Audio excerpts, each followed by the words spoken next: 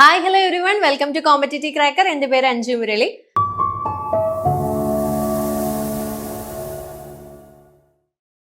RRB group D എക്സാമിന്റെ റീസണിങ്ങിലെ ഒരു ടോപ്പിക്കാണ് നമ്മൾ ഇന്ന് നോക്കാൻ വേണ്ടിയിട്ട് പോകുന്നത്. ടോപ്പിക്ക് സിലോജിസം ആണ്. സിലോജിസം പലർക്കും റീസണിങ്ങിലേക്ക് വരുമ്പോഴത്തേക്കും കുറച്ച് കോംപ്ലിക്കേറ്റഡ് ആയിട്ട് തോന്നുന്ന ഒരു ടോപ്പിക്കാണ് സിലോജിസം എന്ന് പറയുന്നത്. പക്ഷെ RRB എക്സാംസിന് സിലോജിസത്തിൽ നിന്ന് ഭയങ്കര കോംപ്ലിക്കേറ്റഡ് ക്വസ്റ്റ്യൻസ് ഒന്നുമില്ല, സിമ്പിൾ ആയിട്ടുള്ള ക്വസ്റ്റ്യൻസ് തന്നെയാണ് വരാറുള്ളത്. അപ്പൊ ഇന്ന് നമ്മൾ RRB ഗ്രൂപ്പ് ഡി എക്സാമിന് പ്രീവിയസ് ഇയറിലെ സിലോജിസത്തിൽ നിന്ന് ചോദിച്ചിട്ടുള്ള ചോദ്യങ്ങൾ എടുത്തൊന്ന് നോക്കാം. ഓക്കെ, അപ്പൊ ആദ്യത്തെ ചോദ്യം തന്നെ, നമുക്ക് എങ്ങനെയാണ് സിലോജിസത്തിൽ നിന്ന് ക്വസ്റ്റ്യൻസ് വരിക? കുറച്ച് സ്റ്റേറ്റ്മെന്റ്സ് തരും, അതിനെ ബേസ് ചെയ്ത് കൺക്ലൂഷൻസ് തരും. അപ്പൊ ആ സ്റ്റേറ്റ്മെന്റിനെ ബേസ് ചെയ്തിട്ടുള്ള കൺക്ലൂഷനും ആയിരിക്കും.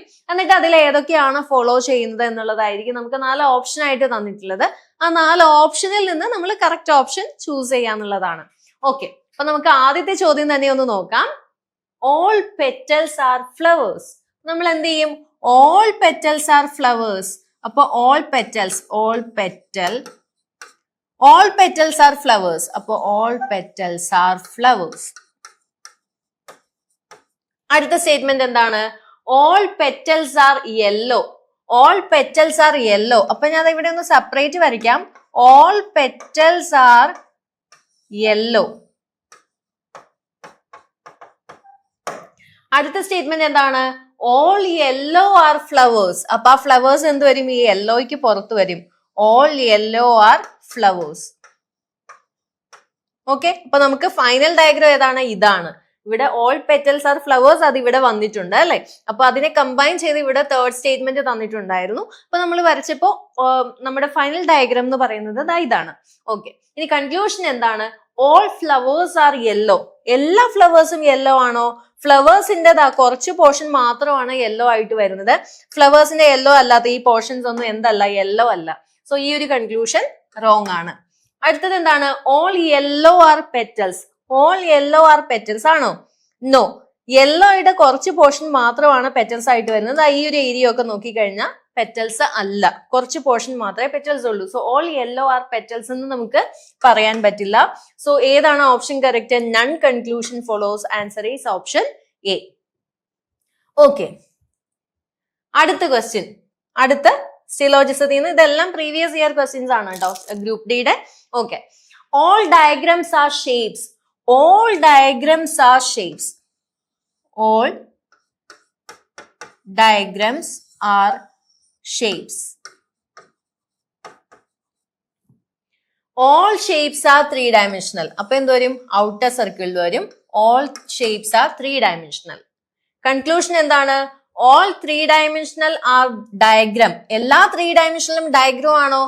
അല്ല, അതിന്റെ സം പാർട്ട്, ഈ കുറച്ച് പോർഷൻ മാത്രമാണ്. ഈ ഏരിയ ഒന്നും നോക്കി അത് എന്തല്ല? ഡയഗ്രാം അല്ല. സോ ഫസ്റ്റ് കൺക്ലൂഷൻ റോങ് ആണ്. All shapes are diagrams. എല്ലാ ഷേപ്സും ഡയഗ്രാംസ് ആണോ? എല്ലാ ഷേപ്സും ഡയഗ്രാംസ് അല്ല അല്ലെ. സം പാർട്ട് മാത്രമാണ് diagram.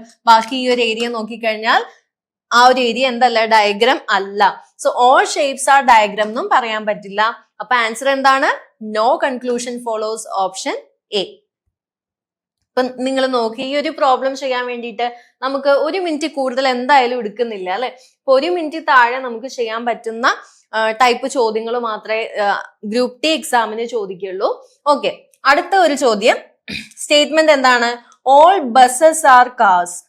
All buses are cars. All buses are cars. All ships are cars. Okay, ഞാൻ അതൊന്നുകൂടെ വരയ്ക്കാം. All buses are cars. നമുക്ക് ഇവിടെ 2 സ്റ്റേറ്റ്മെന്റേ ഉള്ളൂ. 2 statement. All buses are cars.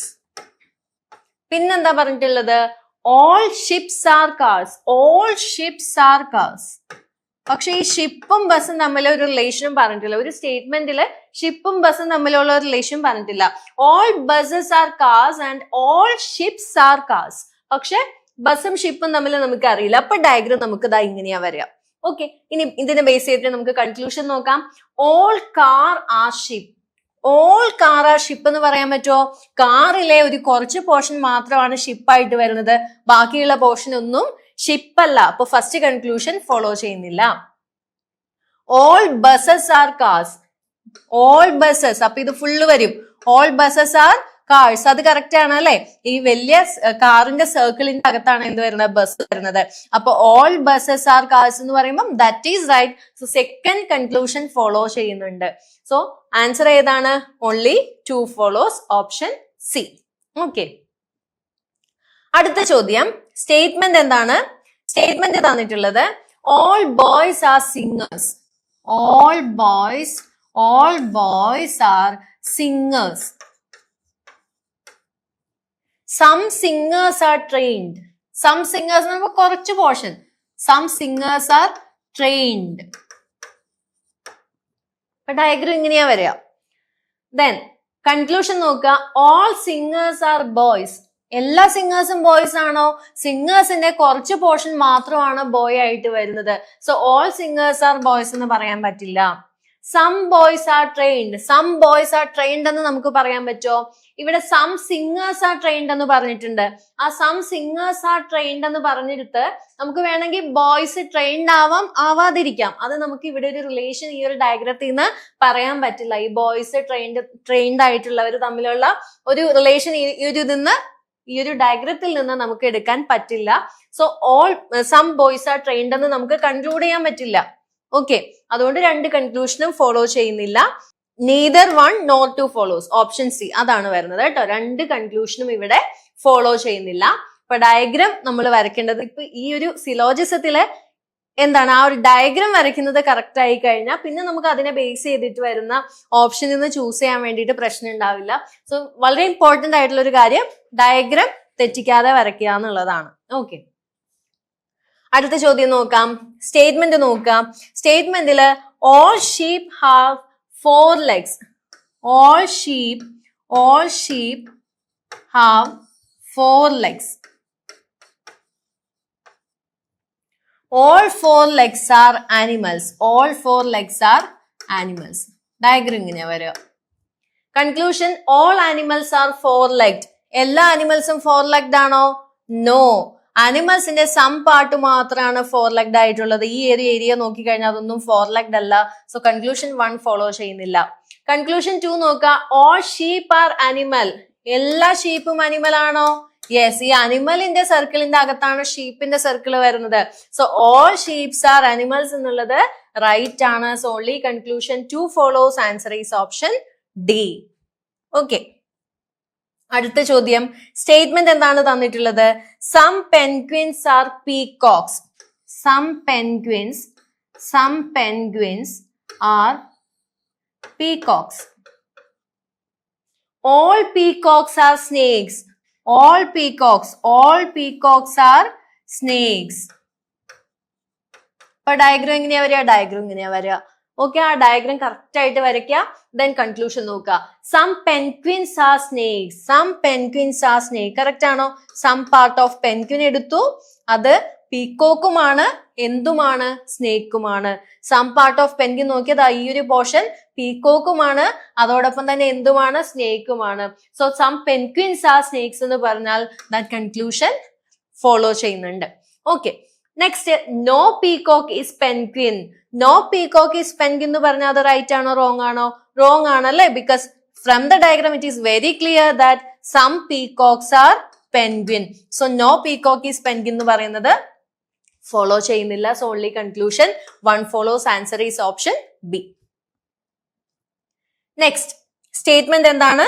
Statement some metals are iron. Some metals are iron. Some iron are heavy. അപ്പൊ അതെങ്ങനെ വരും?